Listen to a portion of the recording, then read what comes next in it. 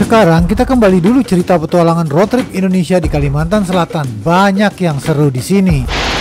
Jadi lokasi ini udah paling ujung, mobil memang sudah mentok sampai di sini. Kita harus lanjutkan lagi dengan jalan kaki. Tapi masih ada kampung masuk ke dalam sana, tapi sudah tidak bisa lagi ditempuh dengan mobil. Kalau motor bisa melalui jembatan ini, naik turun bukit.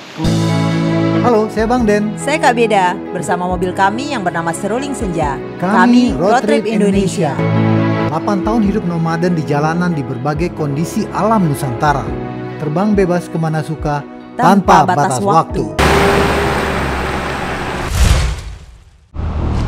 Oke guys, kita kemana sekarang guys? Loksado.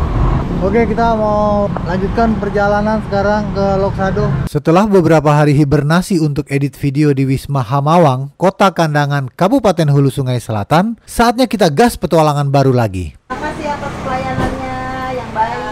Terima kasih ya. Ya, saya sampai kita ketemu. Oh, ikut ya? Ikut. Bareng. Ikut. Nova sama Aryo mau ke Loksado tapi dia ngikutin naik motor. Ayo, kita cabut, berangkat. Loksado. Banyak sekali sahabat RTI yang merekomendasikan kami untuk datang ke Loksado. Seperti biasa, kalau banyak yang merekomendasikan membuat Bang Den dan Kak Beda makin penasaran.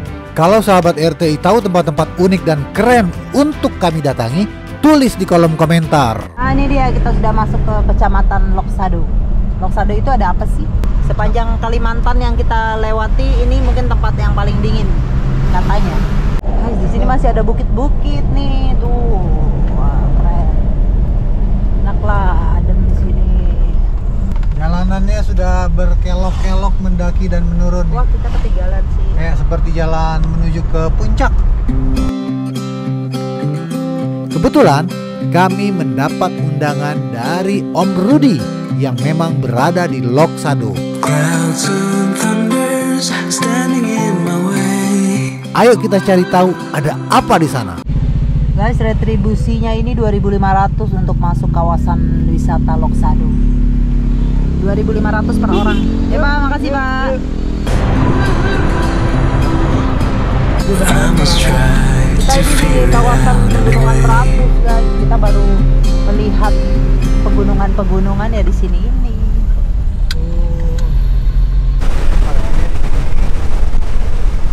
Sebetulnya kami menuju lokasi glamping milik Om Rudi yang bernama Maralis Adventure Camp. Karena tempat glamping Om Rudi sedang full book, kami menginap dulu semalam di homestay Bumi Dayak Loksado. Ini guys, kamarnya ini kamar rumah kayu, rumah Dayak. Ini sini keluar langsung sungai kita.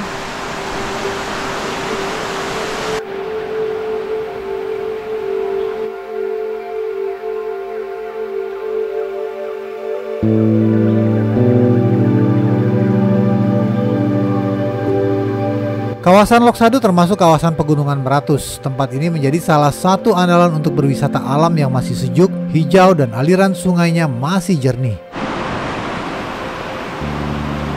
Lokasi seperti ini jarang kami temui sepanjang perjalanan di Kalimantan.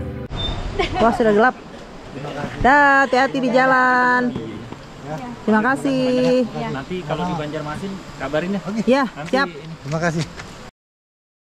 Malam ini kita di Bumi Dayak Loksado, kita menginapnya malam tadi. Malam nanti kita pindah lagi ke tempat glamping. Namanya tempat glampingnya itu Maravis Adventure Camp. Tempatnya Om Udur. Ya, ini suasana di Desa Loksado, Kecamatan Loksado, Kalimantan Selatan. Rata-rata sudah penginapan semua di kiri kanan kita, dan industri pariwisatanya cukup maju ya. Tidak perlu AC guys di sini kalau malam. Apa? Tidak perlu AC kalau malam. Oke. Ini tempat makannya nih. Tempat makan kita tadi malam. Kita di sini sudah 3 jam. Sampai di sini jam setengah 12. Sekarang jam setengah 3. Belum selesai, tapi udah mau selesai. Jadi proses upload satu video di Loksado 3 jam. Mengingatkan kita waktu di Wakatobi juga begitu. Jaringan internet di sini masih slow. Kami butuh waktu 3 jam untuk upload satu video YouTube saja. Padahal ini sudah spot terbaik internet di sini. Selanjutnya, sesuai rencana awal, kami pindah ke Maralis Adventure Camp, sebuah tempat glamping yang lokasinya masih di Lok Sado, tapi masuk lebih dalam lagi ke perkampungan Dayak Meratus.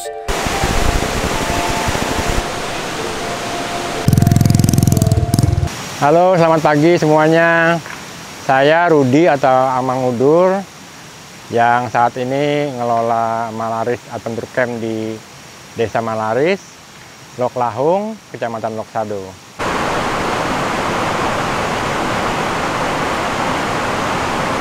Kita masih di Lok Sado, Kabupaten Hulu Sungai Selatan, Kalimantan Selatan. Ini ada Om Didin yang datang ke Lok Sado sama Mbak Yanti. Tempat yang murni di tepi hutan, rimbun dengan sungai berbatu-batu besar. Tempat yang sejuk dan asri, hanya suara air di celah batu, selebihnya sunyi.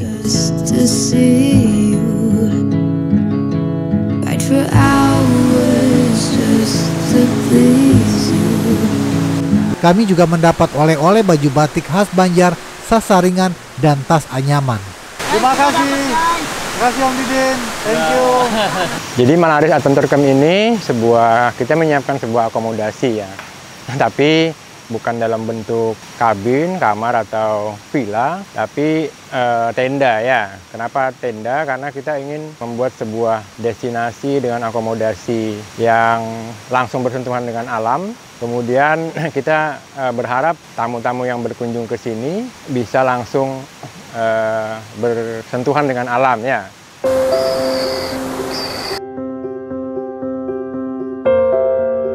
Akhirnya kita mendapatkan lokasi di Kalimantan yang adem-adem.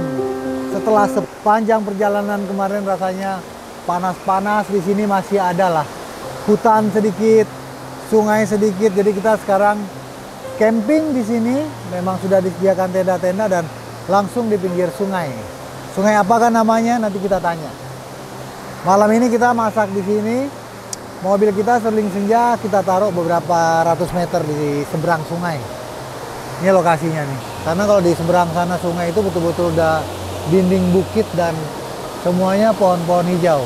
Besok deh ya kita kasih lihat ya. Kalau sekarang ya inilah suasana malam seperti ini saja. Itu sungainya langsung kedengaran. Jadi malam ini kita akan tidur diiringi irama suara alam. Sound of Nature.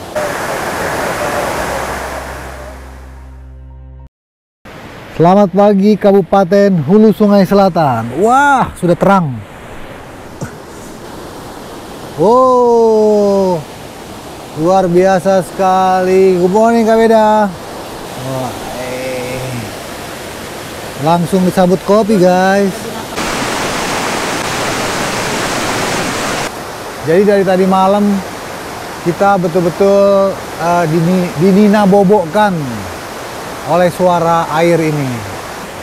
Ini masuk kawasan pegunungan Meratus dan agak tinggi, makanya suara airnya itu agak deras. Kak Beda lagi nyari sinyal. Oh ya, buat kawan-kawan sahabat road trip Indonesia yang mau t-shirt road trip Indonesia seperti yang Bang Den pakai ini bahannya juga enak banget, sablonnya juga keren banget. Kita sudah cantumkan di kolom deskripsi, itu ada link pembeliannya.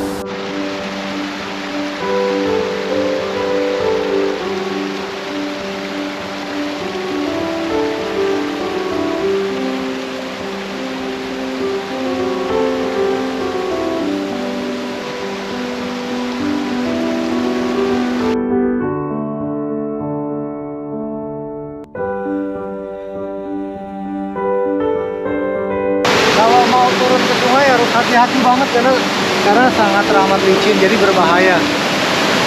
Kalau anak-anak aku nggak rekomendasi, kecuali kalau dipantau betul-betul ya sama orang tuanya.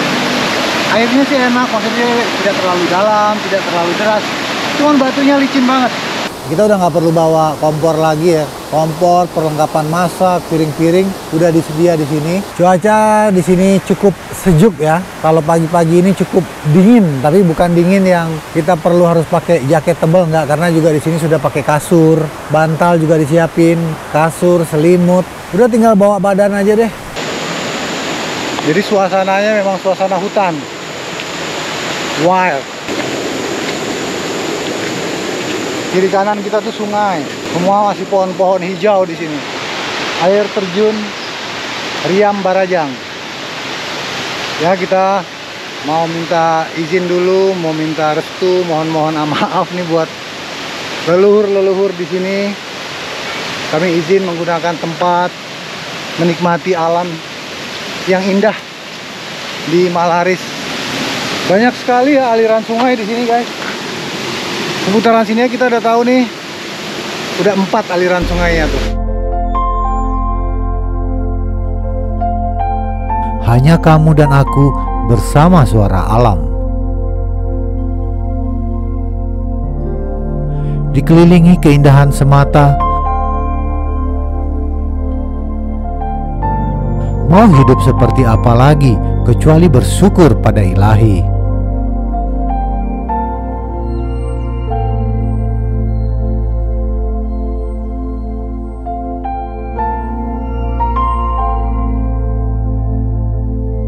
Kami menyebutnya bulan madu forever. Basah-basah nih, basah-basah. Guys, kita trekking sedikit, katanya sih 150 meter aja. Situ tuh ada air terjun lagi. Cuma hati-hati nih licin nih. Oh, nginjaknya harus mantep dulu, harus dirasa-rasa. Kepleset batunya tajam-tajam, guys. Tuh, kalau kepleset batu tajam-tajam.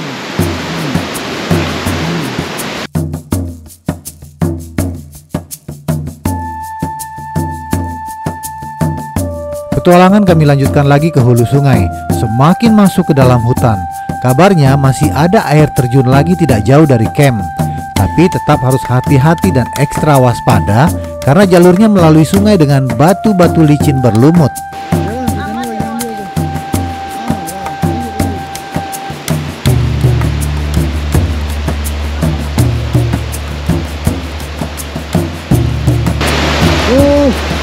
Air terjunnya sudah kelihatan.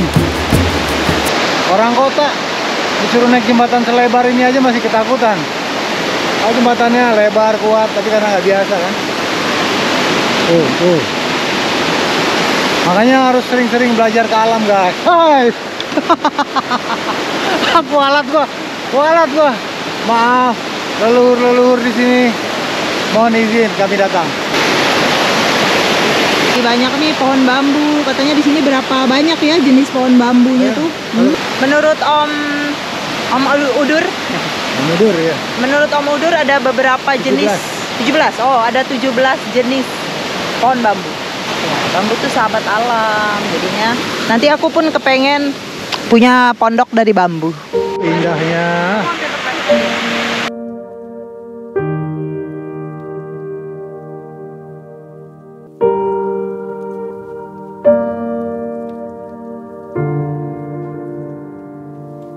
Akhirnya kami sampai di tempat yang sangat rimbun, sejuk dan damai, jauh dari hiruk-pikuk berita buruk yang banyak terjadi di kota.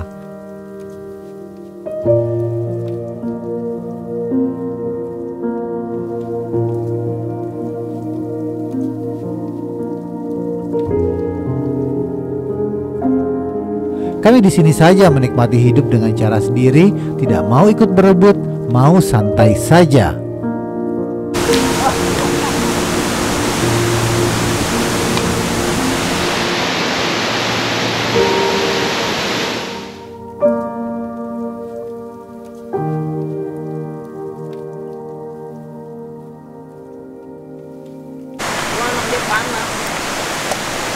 Namanya Amu.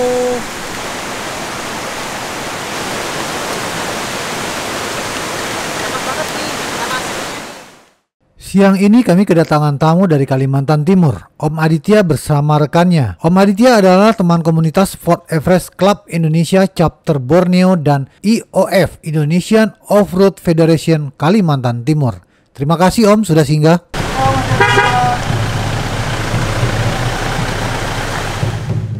Oke guys, kita sekarang lagi mau ke ladang bersama Sarani. Kita mau lihat ladang Kampung Malaris ya, Sarani ya. Sarani asli Kampung Malaris? Iya, asli Kampung Malaris. Asli Kampung Malaris. Di sini masih kuat adatnya ya? Iya. Jadi kalau di sini Kampung Malaris bilangnya Dayak apa? Dayak Meratus. Dayak Meratus. Iya, Dayak Meratus dari Berabai sampai ke Tulicin sana sih, pegunungan. Karena pegunungan Meratus kan jadi namanya Dayak Meratus. Dayak Meratus. Karena lokasi kita di perkampungan suku Dayak Meratus, kesempatan nih untuk mengintip sedikit tradisi kehidupan mereka ditemani oleh Sahrani, penduduk asli Dayak Meratus kampung ini. Ini bakal seru banget.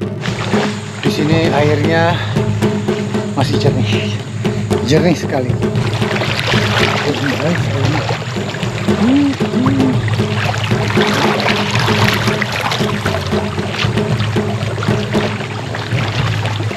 Oh iya, ini kebun kayu manis guys. Di sini juga terkenal penghasil kayu manis ya. Banyak masyarakatnya berkebun kayu manis.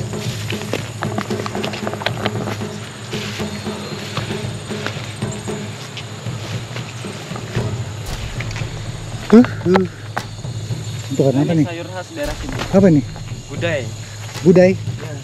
Oh, ini sayur. Namanya pohon budai, daun budai. Wah, baru mendaki segitu aja udah ngap guys. Mana? Ini yang ini. Oh ini, pohon apa namanya? Tabu salah. Itu digasan ada panggung kayak gasan untuk ritual. Oh, Ya, nanti untuk ada- ritual-ritualnya. Salah satu bahan pelengkap lah. Masih banyak ritual-ritual adatnya di sini. Masih banyak. Kalau yang masih keharingan masih Keharingan masih. ya tiap tahun pasti ada ritual. Jadi kalau keharingan itu nama kepercayaannya juga keharingan ya? Ya keharingan itu. Kepercayaan kepada juga. Kepada leluhur Iya, yang maha kepada kuasa. leluhur yang maha kuasa.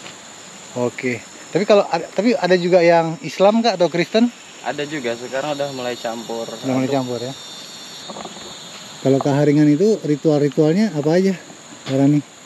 Banyak sih ritualnya ya, ada di sebelum bikin ladang ada ritual. Ada ritual. Sesudah buka ladang ada ritual. Panen? Pokoknya panen ritual. Pokoknya hampir setiap saat ritual. Cuma kalau yang untuk yang kelompok ritualnya tuh ya aruh. Harum. Ya Oh. kalau yang Itu kapan biasanya harum?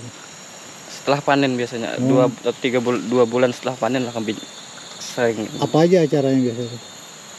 Acaranya ya banyak sih, kayak yang pasti kami sini balian tuh. Balian itu tutuha yang apa?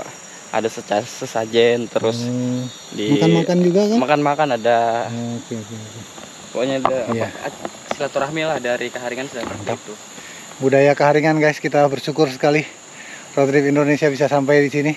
Sahrani ini juga beliau guru ya, jadi mengerti juga dan enak menjelaskannya. Oke, kita lanjut lagi. Ini namanya sayur gudai guys. Iya, sayur budaya. Sayur gudai khas daerah sini kalau menurut Sahrani, dan ini kacang-kacangan, jadi yang dimakan itu buahnya, kacang-kacang, bukan daunnya. Ini kita lagi turun bukit lagi sekarang. Tadi naik bukit, turun bukit, Sungai ya kan? nyebrang sungai. Ini boleh dibilang masih termasuk kampung Dayak pedalaman nggak? Kalau Iya, sebenarnya masih sih. masih ya. Bambu juga banyak di sini. Ini bambu di mana-mana nih. Tuh, Paring tali kalau apa? paring tali. Bambu ini namanya paring tali. Iya, kayak yang kecil-kecil. Oh, Tantali kalau kami itu menyebutnya.